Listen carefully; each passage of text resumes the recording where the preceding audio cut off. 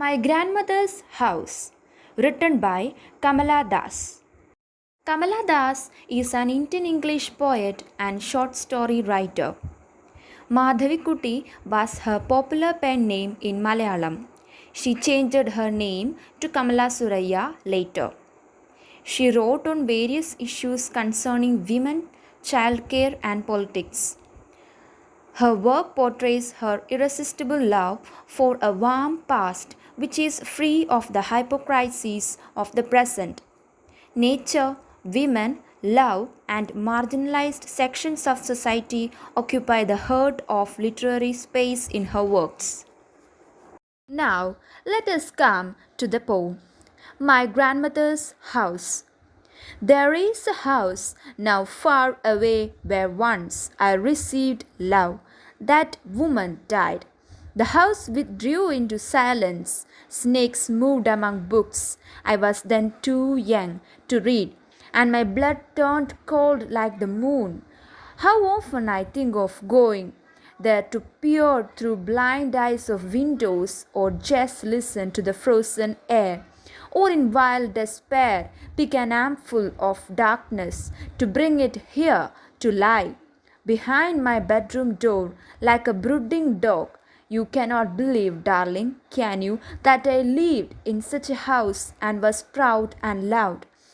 I who have lost my way and beg now at strangers' doors to receive love, at least in small change. My Grandmother's House is a poem that shows the poet's feelings after a nostalgic revisit to her grandmother's house. The poet once received unconditional love from her grandmother, but after the death of the grandmother, she lacks getting love.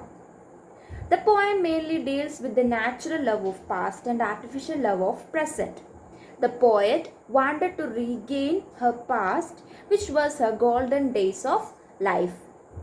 At present, her grandmother's house is surrounded with utter silence and darkness. Her blood turned like cold moon because of the haunting darkness prevailed in that house. The doors and windows are almost covered with dust because that house was kept closed for so many days after the death of the grandmother. And wild creatures roamed inside the house because the darkness and silence prevailed in that house attracted them to do so. The poet felt love even to the darkness prevailed in that house, and she actually wanted to bring that to her bedroom and kept it there, but that was impossible. The poet seems very desperate, stressed, and overburdened with the present city life. Now she is like a beggar. That is, a beggar begs at strangers' doors for getting single coins of money. Likewise, our poet begs at strangers' doors at present in order to get love, at least in small amount.